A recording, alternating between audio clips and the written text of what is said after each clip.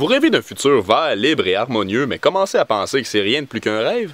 L'augmentation de projets sans maudit bon sens qui détruisent les richesses au nom de l'argent, comme les vieux pipelines tout rouillés et tout troués qui traversent les cours d'eau et la fracturation directe d'un nappe phréatique, les mégamines à ciel ouvert, les soi-disant territoires protégés, volés et saccagés par ces industries, vous donnent envie de baisser les bras et d'attendre paisiblement que la vie se meure? Voir autant d'efforts déployés pendant Standing Rock pour finalement que le pipeline de Dakota Access soit quand même construit, semble vouloir vous plonger dans un cynisme éternel? Ne perdez surtout pas espoir! Commençons par célébrer quelques-unes des nombreuses victoires remportées depuis des lunes. À l'est du pays, les Wet'suwet'en du camp Unistoten en soi-disant Colombie-Britannique occupent le territoire ancestral pour la 8e année de suite et empêchent du même coup 3 projets de pipeline de voir le jour. En plus de vivre du territoire et de le protéger, ils ont même construit un centre de guérison. Plus à l'est, c'est les Mi'kmaq d'Elsiboktok au soi-disant Nouveau-Brunswick qui, en 2013, ont empêché une compagnie de gaz de schiste de venir exploiter leur territoire. Le support extérieur et l'unité entre autochtones et allochtones a d'ailleurs donné beaucoup de force à ces mouvements-là. Et même si le pipeline a été construit, les protecteurs et protectrices de l'eau de Standing Rock ont gagné de bien des façons. Non seulement en propageant la vision que l'eau c'est la vie, que nous sommes l'eau, et qui protégeait pas leur eau, mais tout simplement l'eau qui est interconnectée et dont tout le monde dépend, mais aussi en créant tout qu'un momentum de protection du territoire. En effet, depuis la fin du mouvement de Standing Rock, des camps de protection de l'eau voient le jour d'un bout à l'autre de l'île de la Tortue, plus communément appelée Amérique du Nord. Mais il semble que sa partie nord-est a encore besoin de plus de support. Mais qui apportera ce support? Vous. Espérons-le. De la façon qui vous convient le mieux. Mais d'ici là... Ah! Bienvenue à bord du Mobile Resistance Unit!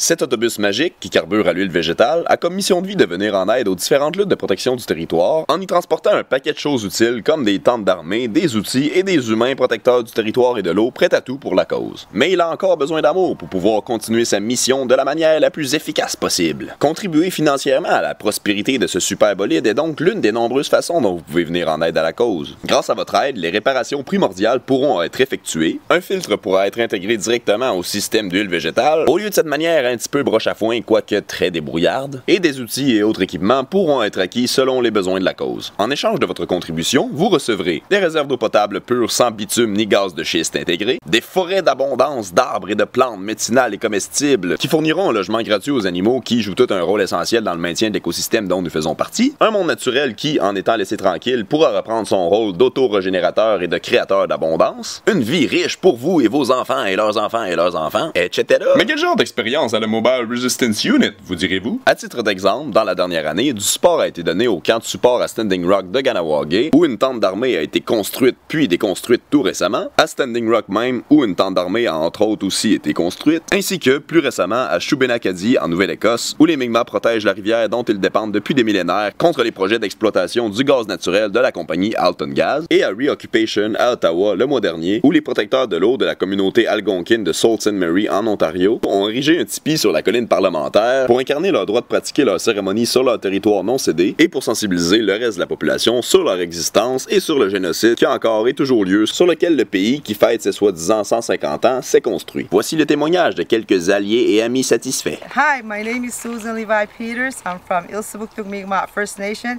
and I support this blockade mobile. Woo! Hi, I'm Doreen from Mi'kmaq and I support the Mobile Resistance Project, helping our people to fight the good fight, to be protected. My name is Raven Peyote. This is Mi'kmaq and I'm from Elsibuktuk First Nations. This is the Mobile Resistance Unit. I believe we need this bus here because it's easy for us to get together and come together and just move as fast as possible because in a lot of these situations we need numbers, we need people who are passionate, we need people we trust, and I trust this bus, I trust anyone who goes near this bus. I'm Jason Augustine, formerly known as Jason Oke, Mi'kmaq District War Chief, and I support the resistance bus all the way.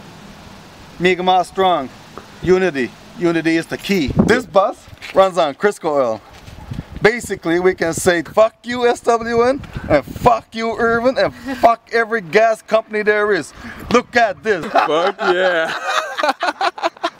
En tant que travailleur, vous vous sentez peut-être menacé par une telle montée de l'opposition au projet extractiviste, puisque ça menace directement votre source de revenus qui vous permet de mettre du pain sur la table. Mais rassurez-vous, les protecteurs du territoire ont le même objectif que vous. En effet, protéger le territoire et créer des emplois locaux, utiles et durables est la meilleure façon de s'assurer que tout le monde, incluant les générations à venir, puisse profiter d'un niveau de richesse et donc de pain sur la table pendant des siècles et des siècles, amen! Alors, aucune raison de se battre entre nous. Merci d'aider la cause, merci d'aider la vie. Veuillez noter que nous encourageons tout type d'implication au sein du mouvement selon vos intérêts, forces et capacités. Nous avons besoin de gens sous tous les fronts et la force d'un mouvement se trouve dans la diversité. Ne contribuez donc financièrement que si vous en avez la capacité. Nous sommes conscients que seul votre don en argent ne pourra venir à bout du saccage corporatif et que l'entièreté de nos façons de vivre et de nos habitudes doivent être remises en question et changées pour le mieux. Notez aussi que nous ne sommes pas des éco-terroristes, des criminels ou des hors-la-loi, puisque nous obéissons à la loi naturelle, la seule loi qui soit valable. Ceux qui saccagent l'environnement sans tenir compte de toute la vie qui en dépend sont les seuls et uniques éco-terroristes, criminels et hors la loi naturelle. Nous n'abandonnerons jamais, nous sommes la nature qui reprend ses droits, nous sommes l'eau qui se défend elle-même. Nous aider, c'est vous aider et aider tout le monde. Merci de votre attention, au plaisir de vous croiser sur l'île de la Tortue.